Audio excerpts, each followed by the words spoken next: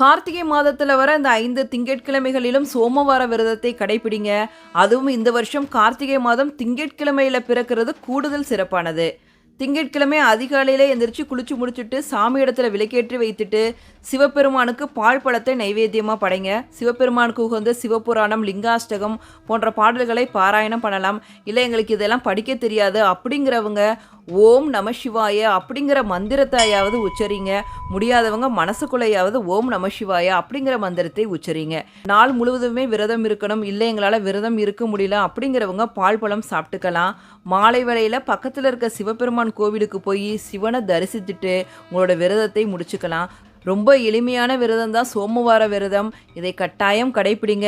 எப்படி சந்திரனுக்கு சிவபெருமான் தனது ஜடாமுடியில் இருக்க பாக்கியத்தை கொடுத்தாரோ அதே மாதிரி நீங்கள் என்ன கேட்கிறீங்களோ அந்த பாக்கியத்தை எல்லாத்தையும் உங்களுக்கு கொடுப்பாரு.